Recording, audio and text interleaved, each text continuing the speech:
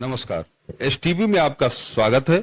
हमारे साथ इस वक्त डॉक्टर पंकज श्रीवास्तव हैं, जो कि पेशे से चिकित्सक हैं और हृदय रोग विशेषज्ञ हैं। वो एक तरीके से, अगर डॉक्टर पंकज की बात करी जाए तो एक जाना माना चेहरा है, पहले से भी लोग जानते हैं, लेकिन जो हमारे दर्शक देख रहे हैं उनको हम अपने चैनल के माध्यम से उनसे कुछ जानकारी लेंगे। और जिस तरीके से वो एक समाज सेवक भी हैं, तो डॉक्टर पंकज, हमारे चैनल में आपका बहुत बहुत स्वागत है। धन्यवाद मनीष जी, और आपका बहुत बहुत धन्यवाद यहाँ आने के लिए और यहाँ लोगों को ये बताने के लिए कि हम लोग थोड़ा सोशल सर्विस भी करते हैं डॉक्टर्स।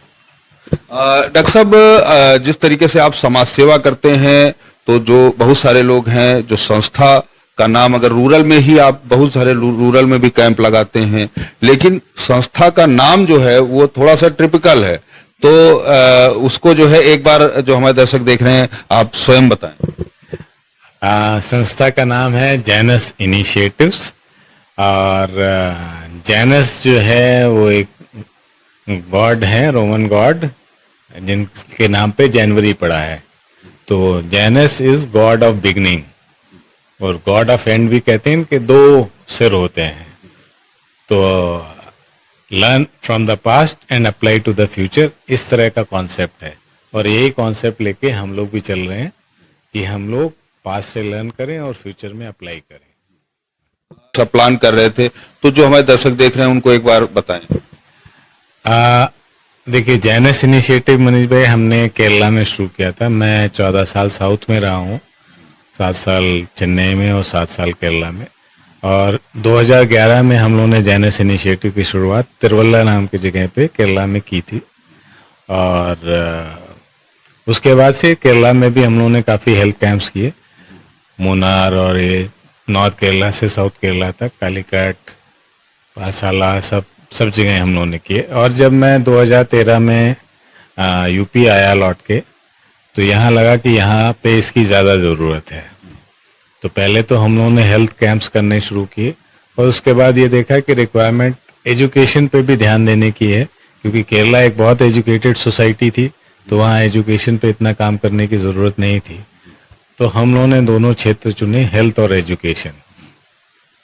हम लोग इस समय 3-4 प्रोजेक्ट चल रहे हैं। एक नंबर 1 प्रोजेक्ट तो हम लोग बच्चों को जो है, स्पेशली लड़कियों को 12th के बाद 3 साल के लिए स्कॉलरशिप देते हैं, 12,000 रुपीज़ पर ईयर के हिसाब से। और इस समय करीब 22 बच्चों को हम लोग स्कॉलरशिप दे रहे हैं, और करीब 27 बच्चे स्कॉलरशिप लेके निकल चुके हैं हम लोग यहाँ से। उसमें से एक बच्चा है इनकम टैक्स इंस्पेक्टर बन गया, एक मौसम विभाग में लग गया, एक स्टैटिस्टिक्स डिपार्टमेंट में बन गया। तो इस तरह से लोग हैं जो जिनको हम लोग हेल्प कर रहे हैं। दूसरा है हम लोग का, एक तो जैसे हार्ट कैंप्स हम लोग करते रहते हैं, health camps, regular health camps. हम लोग का बेसिक एरिया देवी पाटन मंडल है, जहाँ पे हम लोग काम करते हैं, जो कि क्योंकि उसके 3 डिस्ट्रिक्ट जो है एस्पिरेशनल डिस्ट्रिक्ट्स में आते हैं। तो वहाँ पे गोंडा, बहराइच, बलरामपुर, यहाँ पे हम लोग का काम चलता है, और श्रावस्ती। इसके अलावा हम लोग का स्कूल हेल्थ कैंप्स चलते हैं बच्चों के लिए, जिसमें बच्चों का जनरल चेकअप होता है।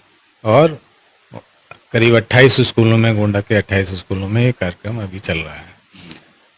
इसके अलावा हम लोग बच्चों को हाइजीन किट बांटते हैं।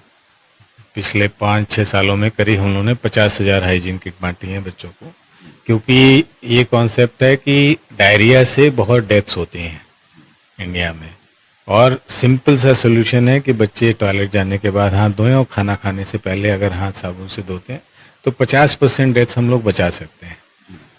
तो हमने यही किया, हाइजीन किट में 2 साबुन, टूथपेस्ट, टूथब्रश, नेल कटर और ये सारी चीज़ें रखी हैं, जिससे बच्चे ग्रेजुअली अपने हाथ धोने का वो करें और साफ रहें, नाखून साफ रहें उनके। तो ये 50,000 करीब हाइजीन किट हम लोग बांट चुके हैं पिछले 5 सालों में। इसके अलावा एक और कार्यक्रम हम लोग शुरू कर रहे थे, अभी थोड़ा सा उसमें और मेहनत करने की हम लोग को ज़रूरत है, डिजिटल देवी पाटन, जिसमें देवी पाटन मंडल को डिजिटली लिटरेट करने का हम लोग का कार्यक्रम है। और कई स्कूलों से बात हो चुकी है, हम लोग उस कार्यक्रम को जल्दी और बड़े स्केल पे उसको लॉन्च करेंगे। इसके अलावा हम लोगों ने बहराइच में एक स्कूल खोला हुआ है, स्किल ट्रेनिंग स्कूल है। तो बच्चों को वहाँ पे कंप्यूटर ट्रेनिंग मिलती है, करीब 10 कंप्यूटर्स हैं हम लोग के पास। इसके अलावा प्राइमरी स्कूल के बच्चों को इंग्लिश, हिंदी, मैथ्स जो नहीं भी पढ़ते हैं उनको भी हम लोग पढ़ाते हैं वहाँ पे। तो वो भी है। सिलाई कढ़ाई के लिए लड़कियों के लिए भी ट्रेनिंग का प्रोग्राम वहाँ पे चलता है। तो ये सारे प्रोग्राम्स हम लोग के जेनेस इनिशिएटिव के थ्रू चल रहे हैं। डॉक्टर साहब, जिस तरीके से एक और आपने कोई प्लान बताया था कि इस तरीके से जो गांव में लोग हैं उनको जैसे बीपी नापना है या इस तरीके की ट्रेनिंग प्रशिक्षण आप देने की बात कर रहे थे, तो उस पे क्या काम?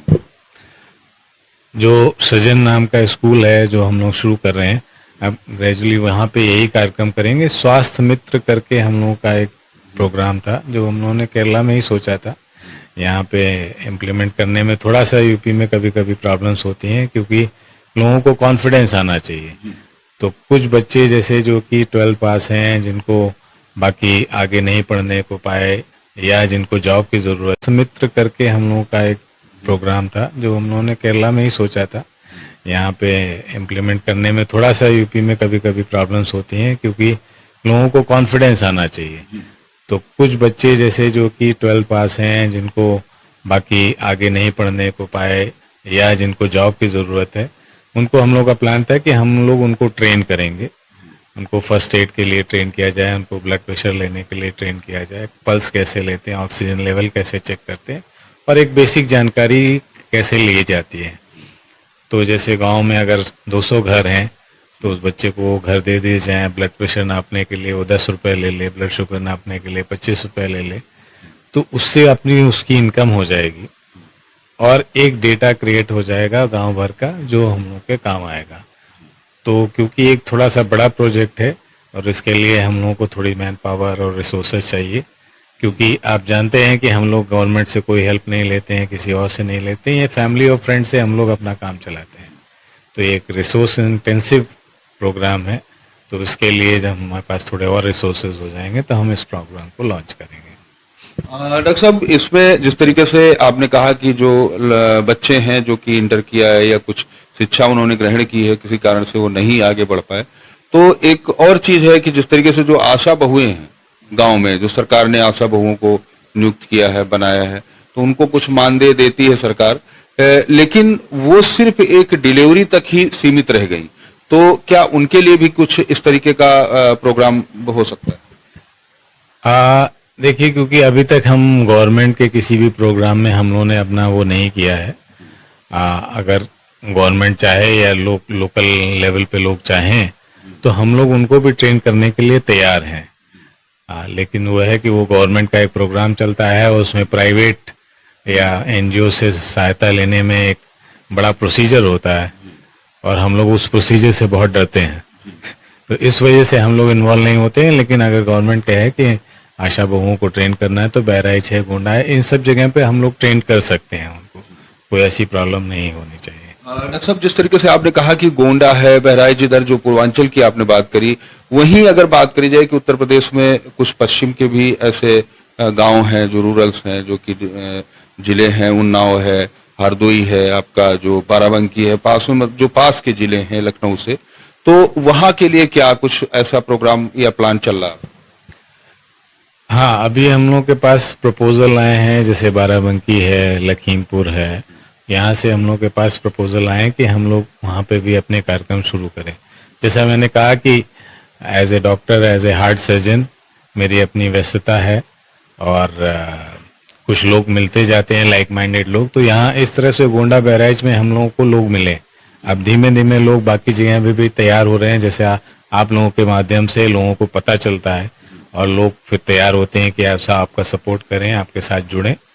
तो इस तरह के लोग जैसे लखीमपुर में हैं, वो लोग जुड़ने के लिए तैयार हैं, बाराबंकी में कुछ लोग जुड़ने के लिए तैयार हैं। तो ग्रेजुअली हम लोग चाहते हैं कि हम लोग इस प्रोग्राम को एक्सटेंड करें, ऑल ओवर यूपी एक्सटेंड करें, खाली यहाँ पे देवी पाटन मंडल में उसको सीमित ना रखें। तो हम लोग प्रयास करेंगे। मैं कानपुर में 30 साल रहा हूँ, तो कानपुर के आसपास के उन्नाव, जैसे आपने बताया, बांगर मऊ है, उन्नाव है, ये सब एरिया में भी हम लोग काम करना। उन्नाव में हम लोगों ने पहले प्रयास किया था, 1-2 कैंप लगाए थे, लेकिन आप उन्नाव जानते हैं तो थोड़ा सा एक तो डिस्टेंस पड़ता है, मेरे ख्याल से रूट भी आजकल काफ़ी ख़राब है, तो जितना हम लोग को टाइम जो वेस्ट होता है आने जाने में, वो थोड़ा सा हम लोग के एक प्रॉब्लमेटिक है। वंस वो सॉर्ट आउट हो जाता है तो हम लोग उन्नाव में, बल्कि कानपुर की तरफ भी हम लोग काम करना चाहते हैं। दूसरा ये है कि डॉक्टर साहब की जो संस्था है इसमें आप अकेले ही चला रहे हैं या इसमें और भी लोग शामिल हैं? नहीं नहीं, हमने जैसे कहा कि फैमिली एंड फ्रेंड्स हमारे, हम जब केरला से आए थे तो कुछ लोगों ने हमको डिस्करेज किया था कि यूपी में आप कुछ नहीं कर पाएंगे, बट हमारे कई दोस्त, फैमिली मेंबर्स ही इसमें जुड़ गए और हम लोग इस तरह का कार्यक्रम कर पा रहे हैं। तो हम जो भी हमारा फंड्स है वो फैमिली और फ्रेंड्स के द्वारा ही है और हम लोग इस चीज़ को चला पा रहे हैं।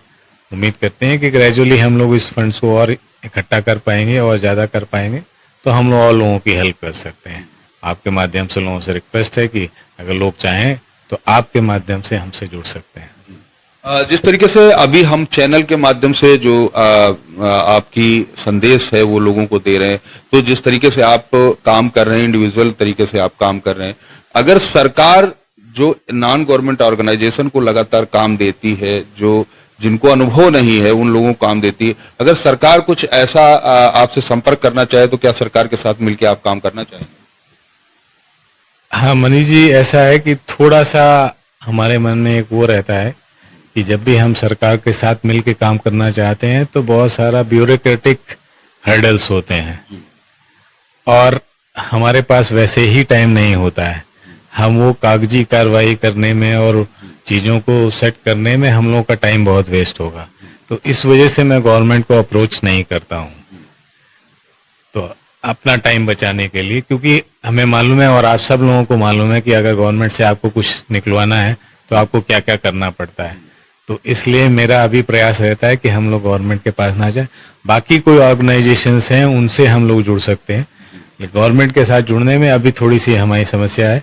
हो सकता है कि हम फ्री हो जाएं अपने जॉब से तो फिर हम पूरी तरह से उसके साथ जुड़ सकते हैं।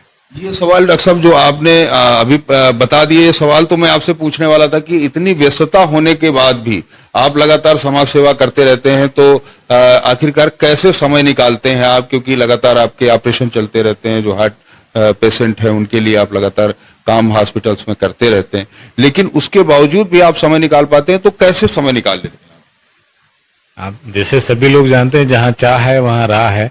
तो अगर आप किसी चीज के लिए पैशनेट हैं तो कहीं ना कहीं से आप समय निकाल लेते हैं। तो मेरा और कोई वो पैशन आजकल नहीं है। आजकल यही है कि या तो आप हॉस्पिटल में रहते हैं और या तो हम फील्ड पे रहते हैं अपने एनजीओ के थ्रू। तो इसी तरह से किसी तरह से एडजस्ट। भी हमने आपकी कुछ बाइट ली थी कि जो जिस तरीके से डिवाइन हार्ट हॉस्पिटल में या कई जगह हमने बाइट ली थी, तो लोगों ने कुछ एनजीओ के, जो छोटे छोटे एनजीओ हैं लखनऊ में काम कर रहे हैं, तो उन लोगों ने हमसे ये पूछा था व्हाट्सएप के माध्यम या किसी तरीके से उन्होंने फोन के माध्यम पूछा कि अगर डॉक्टर साहब का हम कोई यहाँ अपनी एनजीओ का कैंप लगाएं क्या, तो डॉक्टर साहब हमारे सहयोग में काम करेंगे, तो उनको लिए भी आप एक बार बता दें। नहीं, हम किसी के साथ काम करने के लिए तैयार हैं। हमने किसी को रिफ्यूज नहीं किया और जो भी काम करना चाहते हैं, लाइक माइंडेड लोग हैं, हम अकेले कुछ नहीं कर सकते। हम लोगों को सबको जो है साथ की जरूरत होती है और एक एनजीओ हमेशा जो है मिलजुल के ही काम कर सकता है।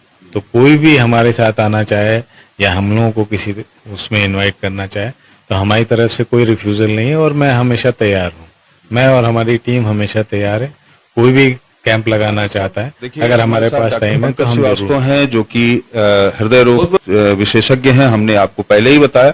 और वहीं अगर बात करी जाए कि समाज सेवा की अगर बात करी जाए तो समाज सेवा में कोई एक नया चेहरा नहीं कहा जाएगा कि डॉक्टर पंकज लगातार समाज सेवा करते चले आ रहे हैं और जिस तरीके से अभी उन्होंने बताया कि जो स्वास्थ्य है उसके लिए भी काम कर रहे हैं और शिक्षा के लिए भी काम कर रहे हैं, तो ये एक बड़ी बात है कि अगर इसी तरीके से हमें लगता है कि अगर बहुत सारे चिकित्सक जो हैं अगर वो थोड़ा थोड़ा समय निकाल लें तो जो सरकार है कहीं ना कहीं सरकार भी पीछे हो जाएगी इस तरीके से समाज सेवकों के सामने। तो ये एक बड़ा मुहिम डॉक्टर साहब कर रहे हैं, उन्होंने उठाया है, बीड़ा उठाया है जिन लोगों को शिक्षा के लिए, जिस तरीके से उन्होंने बताया कि 12,000 सालाना लोगों को दे रहे हैं और काफी बच्चे जो है उनको जॉब भी मिल गया है।